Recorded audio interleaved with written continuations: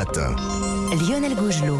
7h52, l'éditorial politique. Bonjour Nicolas Bétou. Bonjour Lionel. Avec vous, on va revenir Nicolas sur les conséquences de cette guerre sur la campagne électorale française. Oui, parce que ce qui s'est passé dans la nuit de mercredi à jeudi, c'est probablement l'irruption de la surprise. Vous savez, cette fameuse surprise qui survient à chaque élection présidentielle, celle qui vient bouleverser un scénario établi et qui rebat les cartes du scrutin à quelques semaines seulement de l'échéance. La conséquence de la guerre déclenchée par Vladimir Poutine en Ukraine, c'est un profond bouleversement de la campagne électorale.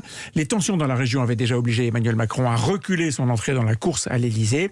Et on pensait tous que la campagne démarrerait vraiment à l'instant même où le président sortant se déclarerait candidat. Eh bien, ce scénario est bouleversé. Bon, d'accord, mais il va quand même bien falloir qu'Emmanuel Macron se déclare. Il est obligé, politiquement en tout cas, d'en passer par là. Oui, mais ça ne changera pas son statut. Le Macron candidat gardera le privilège d'être le Macron président, le protecteur des Français dans l'adversité. Il a déjà commencé à utiliser cette corde-là hier dans son adresse aux Français en affirmant sa détermination à les protéger sans relâche. Cette posture, eh bien, elle a été celle de tous ses prédécesseurs confrontés à des grandes crises internationales ou nationales, comme au moment des attentats de Charlie Hebdo ou du Bataclan. Le corps social de la nation fait bloc, et pour peu que la crise soit correctement gérée, le chef de l'État, qui devient alors le chef de guerre, peut en profiter. Il suffit d'ailleurs pour s'en convaincre de jeter un coup d'œil en arrière sur les grandes crises qu'Emmanuel Macron a dû gérer pendant son quinquennat. D'abord celle des Gilets jaunes, une révolte populaire dont il est sorti plutôt renforcé grâce au grand débat,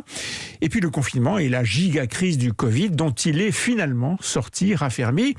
Jamais 203, cette convulsion internationale autour de l'Ukraine peut agir comme un bouclier qui le protège et qui, en plus, lui permet de faire jouer son expérience et sa présidentialité en comparaison des autres candidats. D'accord Nicolas, mais la campagne, elle ne va pas s'arrêter maintenant. Les autres candidats vont s'efforcer de l'animer, cette campagne. Probablement, oui, mais elle va d'abord en passer par une période pendant laquelle elle va être escamotée. Les bruits de bottes, les bruits de bombes vont accaparer toute l'actualité et il ne restera pas beaucoup d'espace, pas beaucoup de bandes passantes pour la bataille des programmes. Parce que honnêtement, est-ce qu'on voit les Français se passionner aujourd'hui pour savoir s'il faut reculer à 65 ou 64 ans, l'âge de la retraite? Évidemment non. Ouais. Et puis, plus important encore, cette campagne a changé de nature. Elle a en quelque sorte twisté, on l'a observé dès hier matin.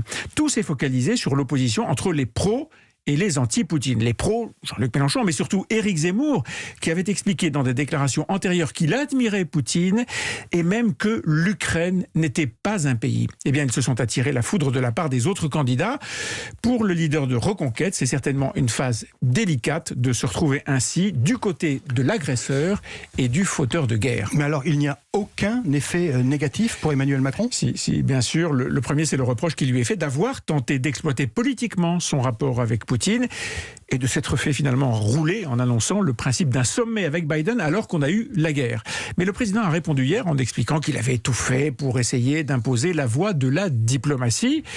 Le second danger est plus sérieux. Ce sont les dommages collatéraux sur la vie quotidienne des Français et en particulier sur les prix de l'énergie ou du blé, en fait de l'alimentation. Le pouvoir d'achat est un dossier très sensible, qui ne date pas de la guerre, mais qui peut être exacerbé par les tensions à l'international sur l'approvisionnement. C'est le sujet qui peut ramener le président sortant à son bilan et fragiliser l'armure du chef de guerre qui, on l'a vu, le protège désormais pour un temps. Le fait est que rien n'est écrit à l'avance, effectivement. Merci Nicolas Bétou, à lundi.